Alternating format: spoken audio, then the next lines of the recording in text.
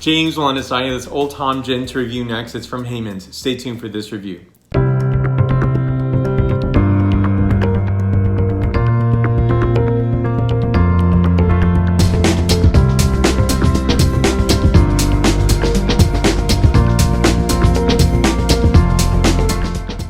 I can't really pinpoint a specific date and when the craft movement of spirits has occurred. It's definitely in the past generation, and I think styles like this, Old Tom Gins, were revived because people are interested in gin and all spirits and historical perspectives, as well as current iterations and current recipes that make gin unique, interesting, and beautiful. I'm a huge gin fan, and so I wanted to pick this up and try this. So here's what we have.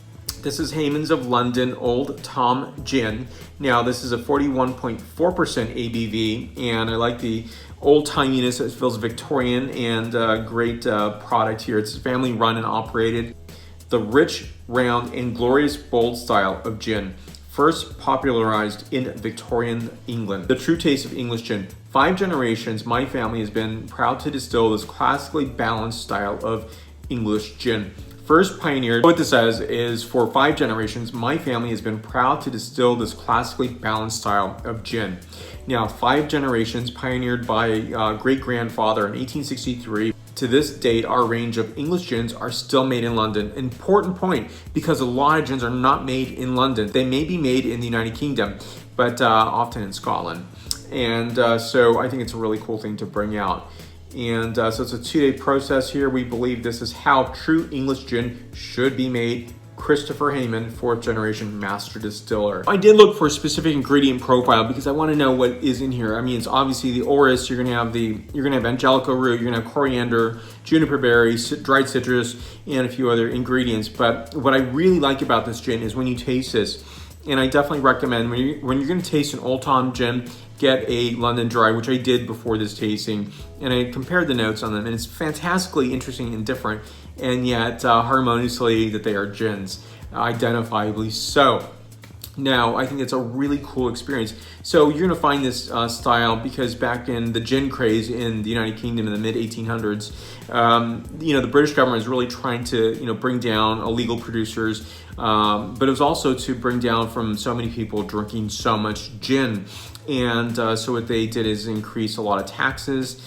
And so this became this movement of where you'd see a black cat on a board in a pub, not on a main street in London, and you'd go in there, you'd put some money, I guess, in a tube, as I understand it, and then you would get Old Tom Gin.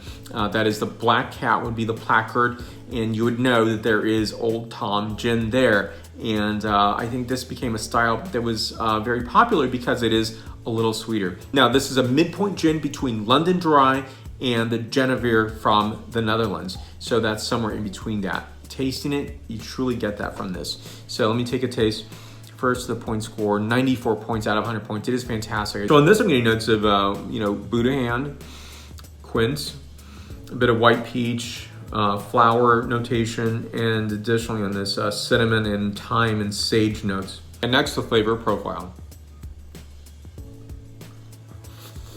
So the scent characterization to the flavor profile is completely, I wouldn't say different, but there's some additional descriptors that I wouldn't find in the scent characterization. So notes on this are really beautiful dried citrus characterization, a lot of coriander note on this, as well as lavender, a bit of oyster shell, so that salinity note comes through, crushed white pepper, and a bit of sage note on this as well. It's absolutely fantastic. 94 points out of 100 points. More reviews to come, not just of gin, but also the world of wine as well. So you'll find me on Facebook, Instagram, Twitter, and WordPress. So thank you for watching. Stay tuned for more. Santé.